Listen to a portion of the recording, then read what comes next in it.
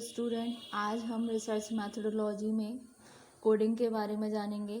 Last वाले videos में मैंने एनालिसिस ऑफ डेटा के बारे में बताया था। देन उसके 3 स्टेप को ध्यान में रखना था। फर्स्ट था आपका एडिटिंग, देन है आपका कोडिंग, फिर आएगा आपका टेबुलेशन। तो लास्ट वाले वीडियो में मैंने आपको एडिटिंग के बारे में बताया था। एडिटिंग की स्टेजेस बताई थी, उसके एसेंशियल्स बताए थे और कुछ फैक्टर्स थे जो टेकन इनटू कंसिडरेशन होने थे जब आपको एडिटिंग करनी थी तब। फिर हमने टाइप्स ऑफ एडिटिंग किए थे। आज वाले वीडियो में हम कोडिंग के बारे में जानेंगे, ठीक है। तो कोडिंग क्या होती है? क्वालिटेटिव रिसर्च में कोडिंग का मतलब क्या है? How you define the data you are analysing are about. इसमें क्या है, हमें उस चीज़ को डिफाइन करना है। हम कैसे डिफाइन करेंगे डेटा को जिसका हम एनालिसिस कर रहे हैं उसके बारे में, ठीक है। कोडिंग क्या है? एक प्रोसेस है आइडेंटिफाई करने की। A process of identifying a passage in the text. मतलब कोडिंग क्या है? एक प्रक्रिया है आइडेंटिफाई करने की, प्रोसेस है जो आइडेंटिफाई करती है पैसेज को किसी टेक्स्ट के फॉर्म में या किसी अदर डेटा के फॉर्म में। इसको बोल सकते हैं, कोडिंग को रेफर कर सकते हैं कि ये प्रोसेस है असाइन करने की न्यूमेरल्स में या फिर अदर सिंबल्स में, जिससे कि टू आंसर, जिससे कि रिस्पॉन्सेस को कैन बी पुट हो सके एक लिमिटेड नंबर या फिर कैटेगरीज या क्लासेस में, ठीक है। टेक्स्ट और other data items, searching and identifying concept and finding relationship between them, ठीक है। कोडिंग क्या है? एक प्रोसीजर है क्लासिफाई करने का आंसर को किसी क्वेश्चन के एक मीनिंगफुल कैटेगरीज में, ठीक है। तो ये होती है आपकी कोडिंग। ये पॉजेस करती है आपके कैरेक्टरिस्टिक्स को एग्जॉस्टिवनेस के, जिसमें कोई क्लास होती है फॉर एवरी डेटा आइटम की, और एक म्यूचुअल एक्सक्लूसिविटी करती है, जिसका मतलब क्या होता है? ये एक स्पेसिफिक आंसर है जो प्लेस्ड होता है इन वन में और एक सेल में जो गिवन कैटेगरी सेट होती है। अनदर रूल क्या होता है ऑब्जर्व करने का? अनडाइमेंशनलिटी, what is meant that every class is defined in terms of only one concept, ठीक है।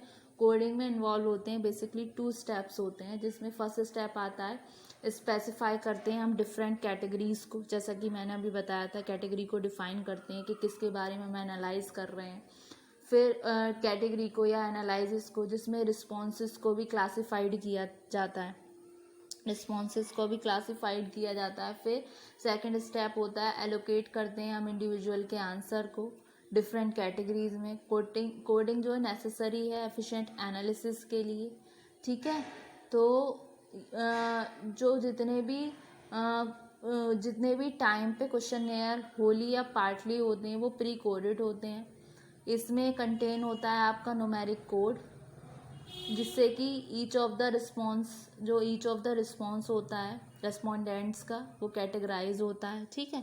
अब इसके कुछ एसेंशियल्स आते हैं, क्या क्या एसेंशियल्स होते हैं।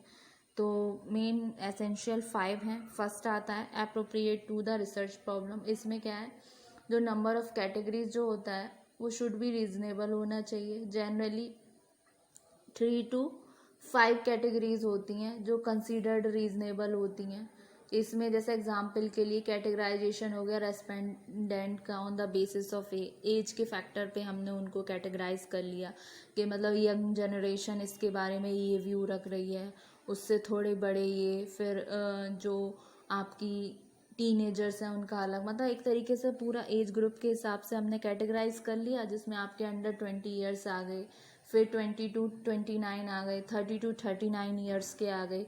तो इस तरीके से या और फिर उसमें एबव कर लिए कुछ हमने 40 ईयर्स के, जो रिलेटेड होते हैं, जो रेलिवेंट होते हैं टू द स्टडी, ठीक है। तो ये अप्रोप्रिएट होता है रिसर्च प्रॉब्लम के रिगार्डिंग। फिर सेकंड आता है एग्जॉस्टिव।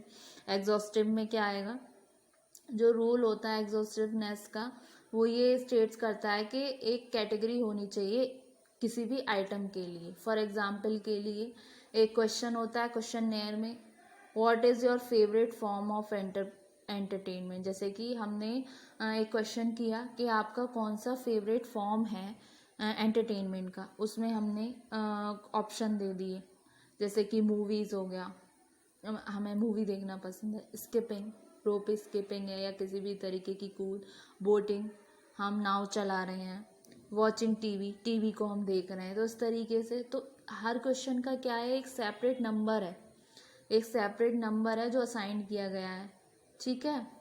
तो इस तरीके से क्या है, अगर कोई मेजॉरिटी आती है, जैसे स्टेट पे देते हैं, जैसे या फिर कोई अदर्स कर दिया इसी में, जैसे हमने किए थे ना movies, skipping, boating, watching TV, फिर अदर्स कर दिया। अगर मेजॉरिटी आती है हॉर्स राइडिंग पे, जो नंबर आता है हमारे 5 की कैटेगरी में यानी कि अदर्स में, तो हम ये कह सकेंगे कि reading novels allot the number 6 to them या 5 टू दैम, मतलब ये चीज़ें ज़्यादा पसंद। तो उसमें क्या हमने कोडिंग कर दी, तो एग्जॉस्टिव हो गया। फिर आ गया आपका म्यूचुअली एक्सक्लूसिव।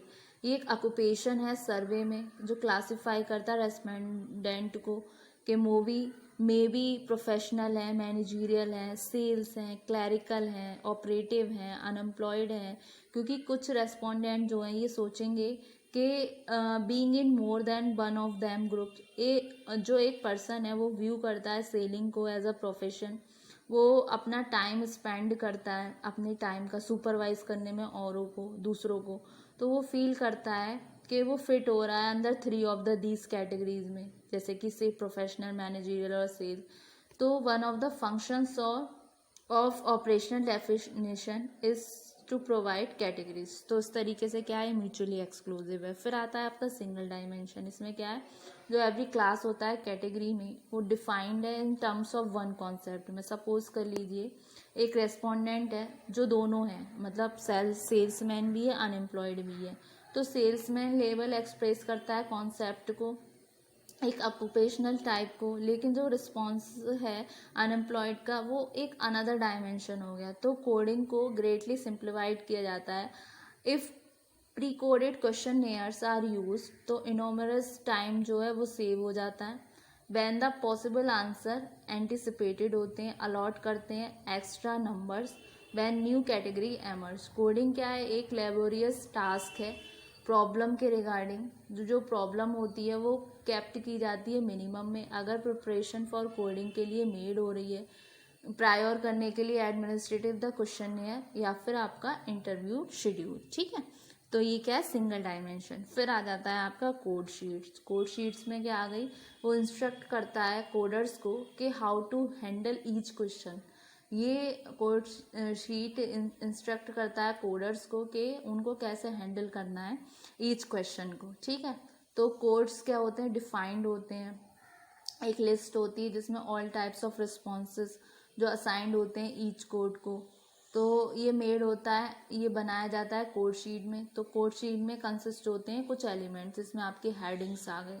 हेडिंग्स में क्या है, आइडेंटिफाई कर रहे हैं स्टडी को, इसमें कॉलम बना दिया, ईच एप्लीकेबल का कॉलम को लिस्टेड किया गया। फिर आपका आता है इसमें कोडिंग के इंस्ट्रक्शंस दे दिए, जिसमें लिमिटेशंस, रिस्ट्रिक्शन दे दिए रिक्वायर्ड मल्टीपल ऑर्डर्स के रिगार्डिंग। फिर आ गया आपका स्पेशल इंस्ट्रक्शन यूज़ करने के लिए बोरोड कॉलम्स। तो होप सो स्टूडेंट आज वाले लेक्चर में आपको कोडिंग समझ आया होगा। नेक्स्ट वाले वीडियो में हम डिस्कस करेंगे टेबुलेशन को। Thank you very much.